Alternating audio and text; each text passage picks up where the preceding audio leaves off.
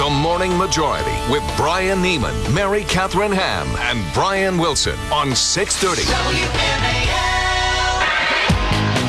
6:07 on WMAL. Happy Thursday to you. It never ends. Weinergate continues. Before we get into that, I do want to say that Ken Cuccinelli, the Attorney General of Virginia, will join. May join us soon. He's supposed to show up at 7 o'clock. He's apparently already here, so you got to leave early if you want to beat the traffic. I guess so. Congressman Steve King from Iowa, 736. Stuart Varney from the Fox Business Channel coming up at 8:06 this morning, so a lot to do. But let's talk about what people are talking about. Yeah, it's the story. Anthony Weiner made things a little uncomfortable for everyone yesterday. Yes. Let's start, before we get into the Weiner jokes that he was making, here's his interview with Luke Russert on MSNBC yesterday, talking about, is that picture is that a picture yours? But that's not a picture of you. I can't say with certitude. My system was hacked. Pictures can be manipulated. That's what happened here. But Congressman, you would remember if you were to take a photograph of yourself like that, Well, one of the reasons we've asked an internet security firm to come in is to see maybe something was manipulated, maybe something was dropped in. We don't know for sure what happened here. But you will not flat out deny that photograph is not you. Here's what I will say. I will say that we're trying to figure out exactly what happened here. So I don't know if it's mine. As a friend of mine said, certitude. Anthony Weiner is a man who looks down on no man, including himself, apparently. Yeah. He cannot identify. Well, I cannot say with certitude. I was holding out just a little bit here, thinking that maybe there was something, there was a reasonable explanation. Maybe indeed he was hacked. I was leaving, just a little bit of possibility that was that his story was right. It ended with the answer about certitude. Yeah. I can't say with any certitude. Here's something else that I just thought about earlier this morning, and that is, those briefs in the picture are sort of unusual briefs. I mean, most guys, if you wear briefs, you wear white briefs. I mean, most guys do. I don't know. Okay, well, maybe I'm wrong about this. But I would imagine that Mrs. Weiner could easily go to her husband's underwear drawer and find out if there are any briefs like that. How uncomfortable this must be for him. It's possible. My guess is they're having different conversations right now. I know that I would be having a different conversation with my wife if I was in his situation, or vice versa.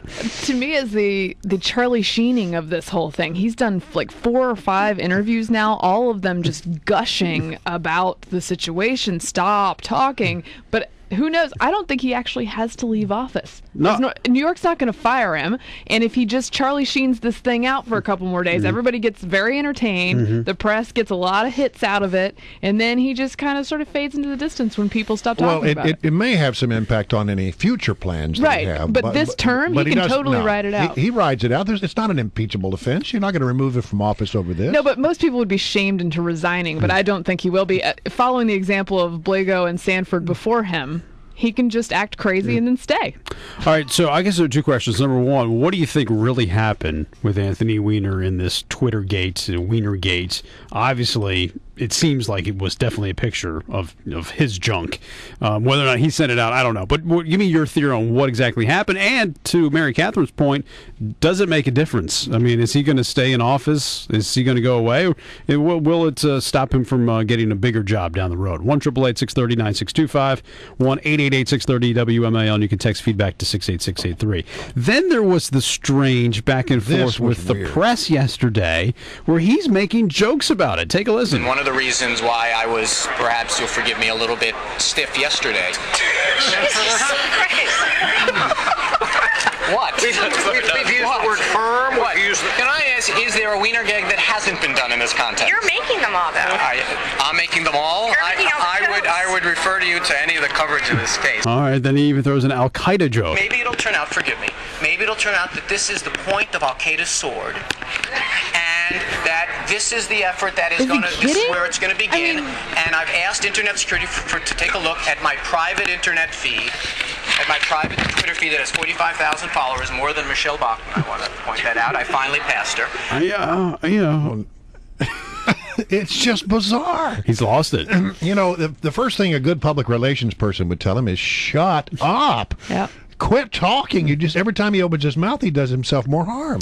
And there's one more joke that he put out there. What do I make of this? I make of this is a prank prank of the most juvenile nature, which, got me. You got me. You sent a picture on Memorial Day weekend. Maybe if my name was Hamburger, the picture would be something different. He's full of it on that. That's just wrong. That's a lie. That's trying to you put it underneath the carpet when there is a serious problem here. If you have a member of Congress who's taking a picture of his junk, whether or not he's sending it or not, somebody had access to it, perhaps on his staff. I'm not buying that somebody hacked into the account at all and sent it out to everybody in the world to see. And that's an issue. The photo hosting company where the photo went, the CEO has said, we have no evidence that this was wrongly accessed or anything. Yeah, but I keep coming back to this soundbite about certitude.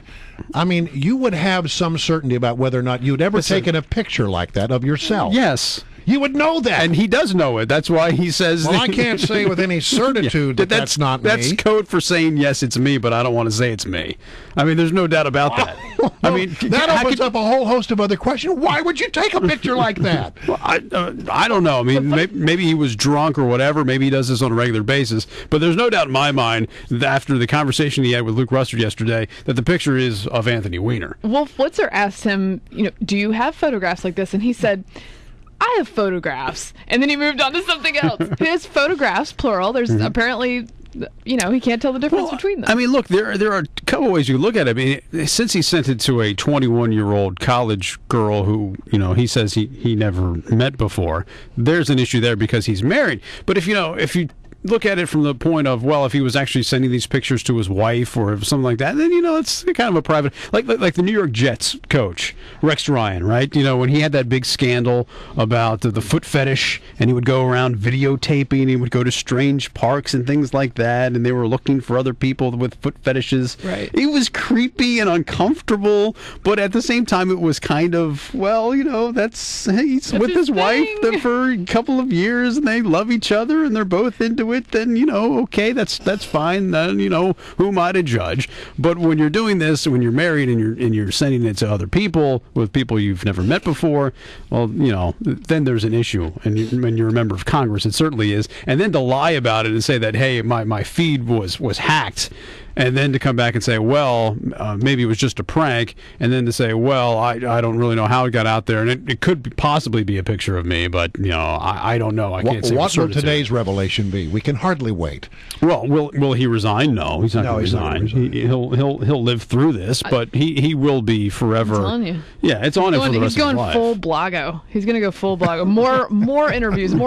Once you've crossed the Rubicon, you have to just keep at it. Yeah, and now that Oprah's gone, he probably can't go back on Oprah to try and explain how it goes. And like I said, I mean, because it's in New York City, New York Post is going to let this thing go away. No chance. New York Daily News is not going to let it go away. Absolutely. Yeah. All right. 1-888-630-9625 is the phone number. You can text feedback to 68683, 1-888-630-WMAL. Let's go to Dennis in Arlington. Dennis, you're on the WMAL. Brian Eman, Mary Catherine Ham, and Brian Wilson. Good morning, Miss Ham, gentlemen. This is interesting, huh? I can say with certitude, the next 17 months, any and all distractions to keep the American people's mind off of what's important, i.e. the greatest theft in world history these last 2 years. This is a joke, folks. It's a joke. Miss Ham was right a few minutes ago. I say, Eric Holder, show us what you're working with, investigate. Bring in the FBI and go into his computer, go into his email or whatever, Twitter account. I'll guarantee you, folks, it's not going to happen. They know it. Yes, experts said yesterday that perhaps they could get the answer to this in about 5 minutes. Right. If somebody really wanted to do the investigation. And if Weiner really wanted somebody to get to the bottom of things, which